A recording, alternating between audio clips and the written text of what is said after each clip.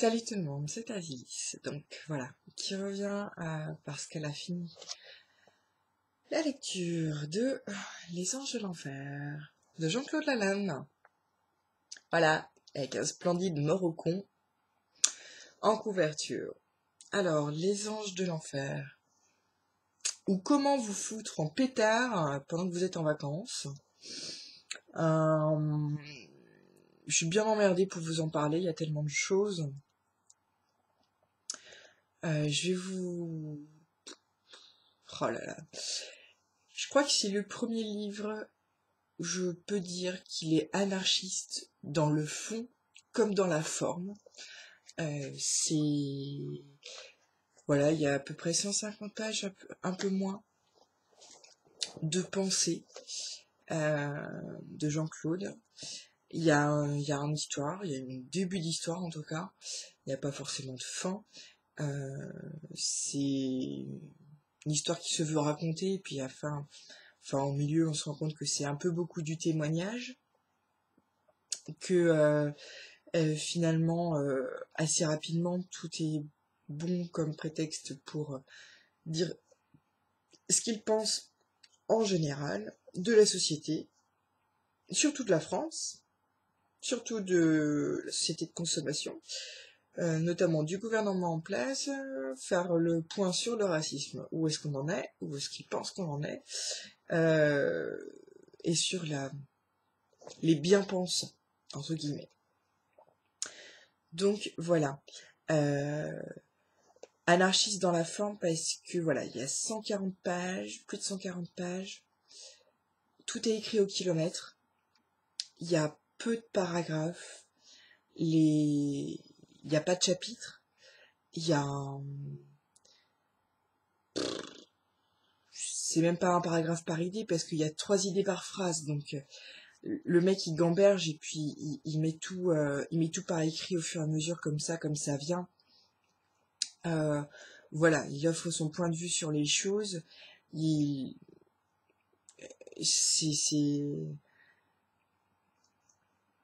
Au début, on choisit l'histoire, on suit Reg et Larski. Voilà, 2 chanteurs de rock. Punk, d'aujourd'hui. Et puis, voilà, comment est-ce qu'ils vivent. Comment est-ce qu'ils vivent le rock'n'roll aujourd'hui. Comment est-ce qu'ils en parlent. Et puis,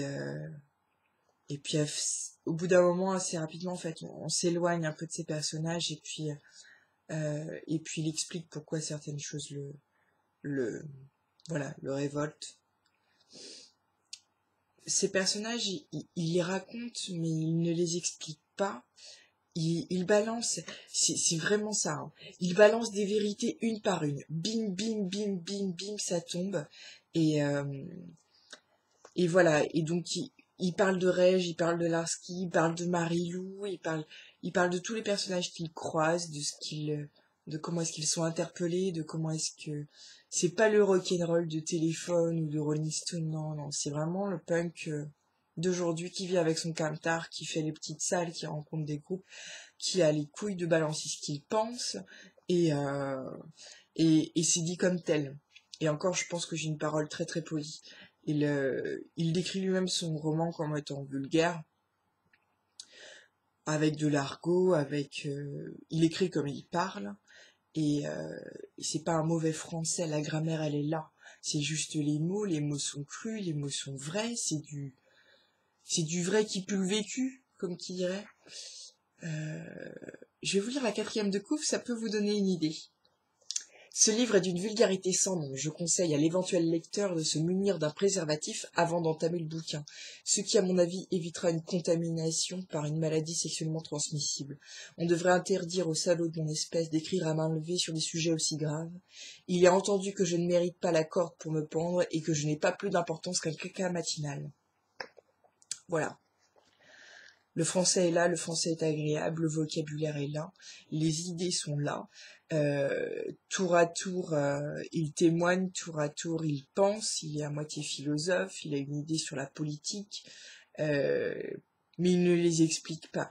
il va pas chercher à vous convaincre, il vous balance juste ses vérités et qui voilà. Enfin, je suis d'accord avec lui. C'est chiant, mais il a raison, ce con. Et voilà.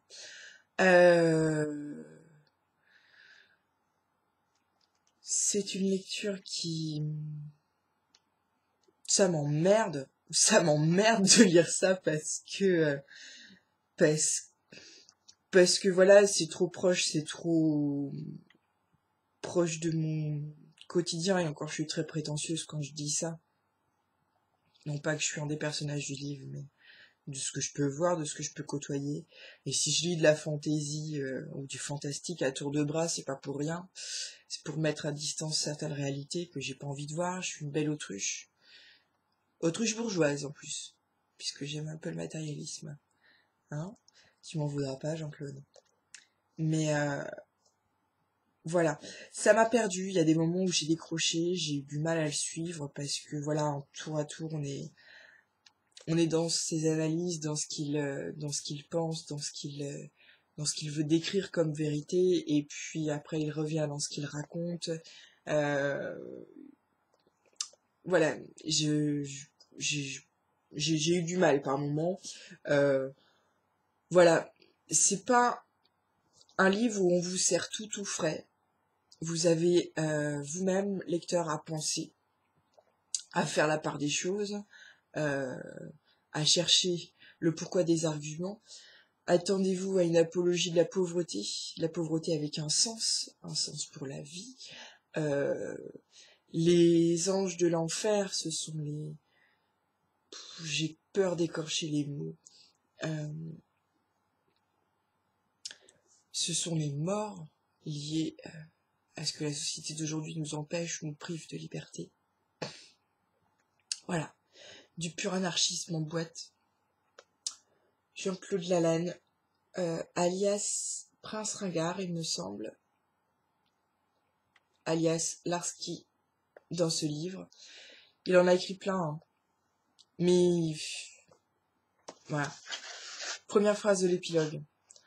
En face des lois toujours plus répressives, en face d'un régime qui se radicalise, en face de l'arbitraire, il nous reste le combat humaniste, le devoir de s'opposer à toute forme de dictature. Voilà. Je crois qu'on est tous d'accord avec lui quelque part. Attendez-vous, si jamais vous lisez ça, attendez-vous à quelqu'un qui vous expose le grand écart entre les mots et les actes, aussi bien de ce milieu-là, de ceux qui se disent punk et qui proclament des textes anarchistes ou pro-libertaires sur scène et puis qui ont du mal à passer aux actes dans leur vie de tous les jours, aussi bien de la part des gens bien pensants ou dites bien pensants, aussi bien de... Voilà, il est pétri de culture, ce garçon, il est vraiment pas con. Il vous cite des proches, Spinoza, et puis Brel et Brassens, et aussi Lavilliers, mais il est vraiment pas con, c'est pétri de sens. Voilà. Je pense pas que ce soit une lecture de vacances. Non, non. À mettre dans la main de tous les pauvres. Ça devrait être un must-read pour eux. De tous les convaincus.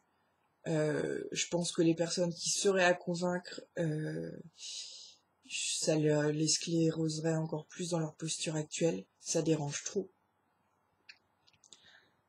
Merci, Johan. Tu m'as gâché 2 jours de vacances. Je rigole. Mais non, je suis contente de l'avoir lu quand même.